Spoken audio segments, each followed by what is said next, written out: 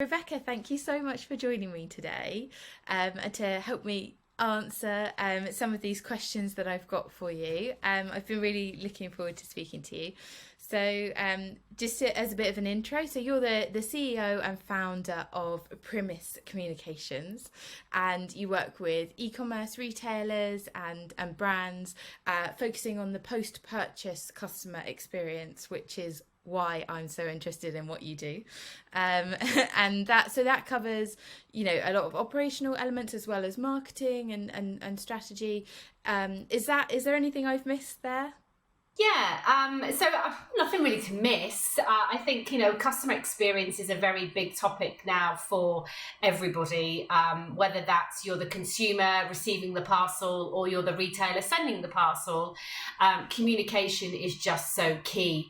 And really one of the reasons why we named the brand Primis Communication is always putting the consumer first.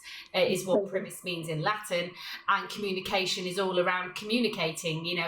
It's the vital part of any brand when you're building something, is you need to communicate to your brand, good or bad, regarding their upcoming order, regarding what you're doing as a brand, whether that's being more sustainable, whether that's changing delivery partners, whether that's adding new services, new products. It's all around communication.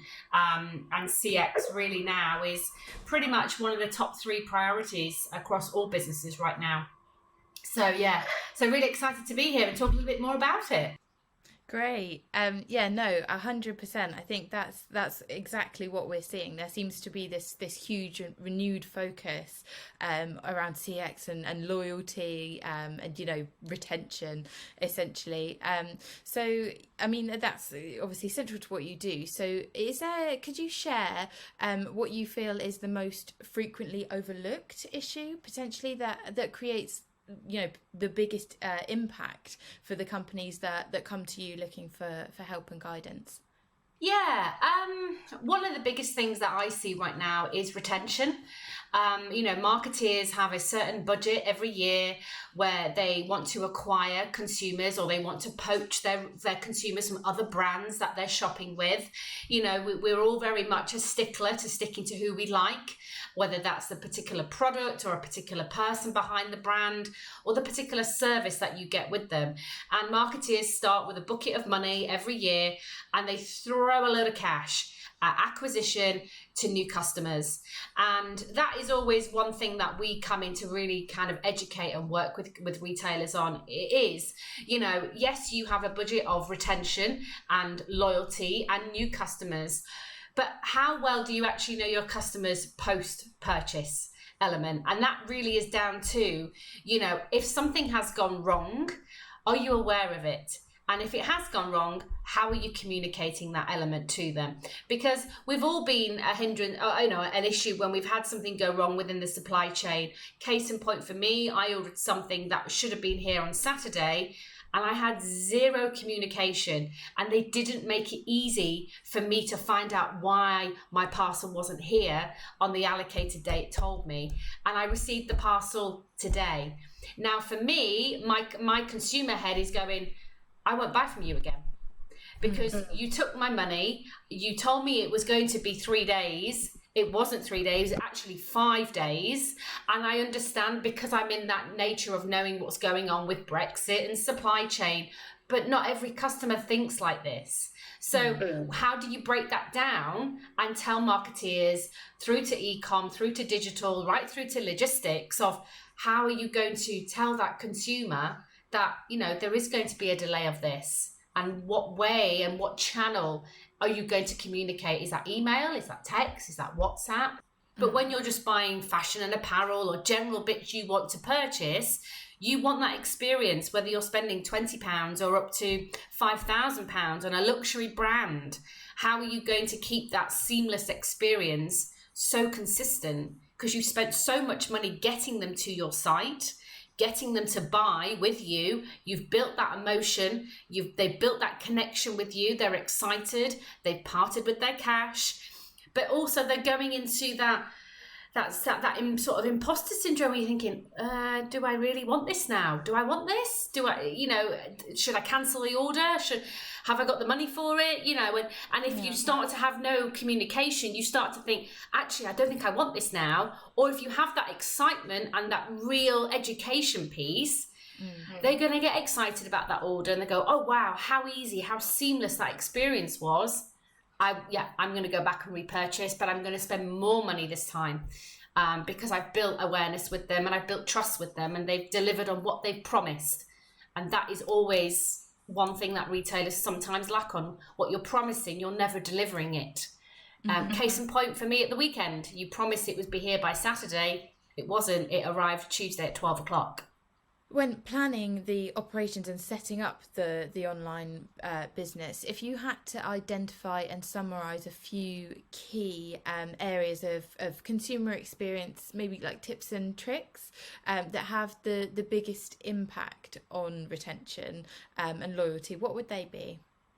I think for one of them is all around, that sort of service of when you do make an order. I personally am a WhatsApp user, and if someone was to send me text messages send me messages regarding my upcoming order, I think WhatsApp should be quite a big area now that retailers need to focus in. I'm very rarely an SMS text message. It's very rarely I get an SMS text message. So if someone was sending me communications via SMS, I probably wouldn't see it, or I'd just not look at it. If someone was talking to me via WhatsApp and telling me about my order or something about my service with that particular brand, for me, I would have much more engagement that I'm going to be getting that communication through WhatsApp. So I think from a retailer perspective, I think that is one big element that retailers will need to start focusing on or spending more time on. But also the element of that is social media. We're seeing Instagram being a very big market for brands that want to use influencers as one, but secondary to get out to their target audience. If they're targeting consumers between the ages of 16 to 30, where is your audience sitting? On social media. So how are you going to communicate your brand through social media? But also, how are you going to keep that seamless connection through their channel of their choice? And their choice is Instagram. So advertise through Instagram, communicate through Instagram, and do your delivery messaging through Instagram, because that's obviously their choice. I think sadly a lot of brands get very complacent and just think, well, we have a good customer base, okay, but your customer bases are evolving. And if you're not evolving, you're not growing, Absolutely. And case in point, some businesses are not going to come out of this COVID situation because they haven't evolved 18 months ago, 2 years ago.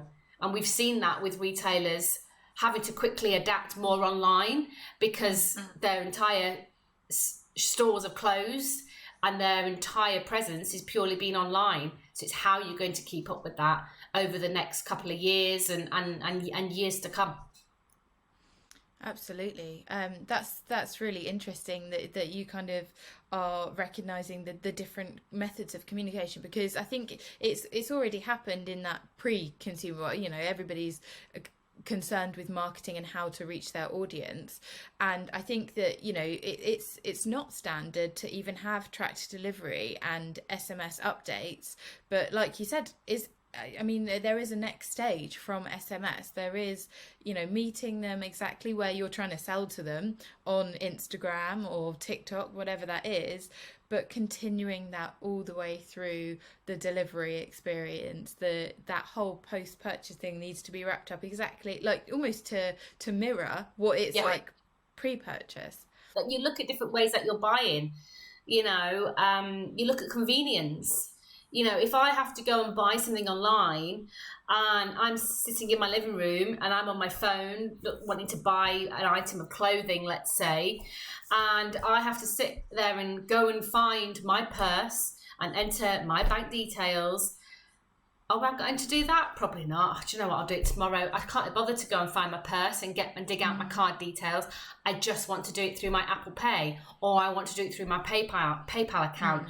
Or I want to just put my thumb against my phone and it pulls up all my details and I press, confirm instantly. Yeah. Because that's what we're in. We're in a generation, we are lazy consumers. We don't, we want everything to be given to us, and we want everything to be put to us. And I think Amazon has set that standard very, very high with Amazon Prime. They built a platform under 3 steps. And me working at Amazon, seeing that in real life, they built a platform in 3 steps. You click on the product, you click add to basket, you click confirm. If you can't do it in 3 clicks, your journey's too long. You're disengaged. I've done that. If it's too convoluted, I get frustrated and go, do you know what? And I'm tech savvy. I'm building tech. We're working in tech. But if it's too long for me, I'm gonna forget it. I'll buy the product through a marketplace, or I'll buy the product through a Net-a-Porter instead of coming directly to you, because you're making it very difficult for me. How difficult is it going to be for me post-purchase, but also sending the product back to you? And that's hitting people where it hurts, isn't it? You know, the return. If you can't return something and you're stuck with the inconvenience of having something you don't like, and you know you've lost that money on the purchase, so it's almost like, you know, it's really the worst point that you could have that friction. So yeah, exactly. You know, Amazon, the masters of reducing friction at that point. So everybody loves Amazon, but everyone hates Amazon. You know, and it's an evil, but it's never going to go away. No matter how many times you try and push it away or not shop on there. You know, case in point, I was looking for something yesterday, and I typed it into Google, and the first thing that came up was them selling it on Amazon, then them telling me to go directly to them. And it was cheaper to buy it on Amazon than it was going directly to them. And I could have it next day on my Prime account next day, or wait 3 days via Royal Mail. Which one are you going to choose? Amazon. Absolutely. Yeah, you know, you know, they'll go, we need to have retention. We need more customers. Well, make it easy. You know, don't push them to your marketplace. I know you're trying to expand your presence and your brand and your volumes, but replicate the service. If you don't have the same service, then you're going to push them to Amazon, and they'll continue to purchase through Amazon, because you're not making the supply chain easy. You're not making the communication easy, the checkout process easy. So Amazon are going to take your customers, and I'm going to buy, it was £5 cheaper for me to go to them directly.